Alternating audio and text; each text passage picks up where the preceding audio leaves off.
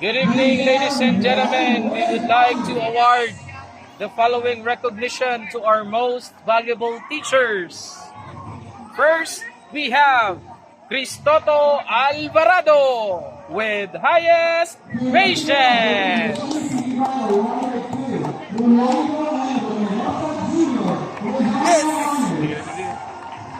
Yes!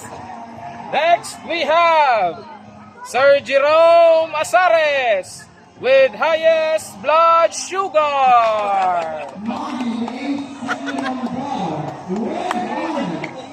Thank you. Next, we have Sir Richie Moreno with highest load. Yeah, congrats! And of course, the last but not the least, Sir Janvic Atendido with highest cholesterol.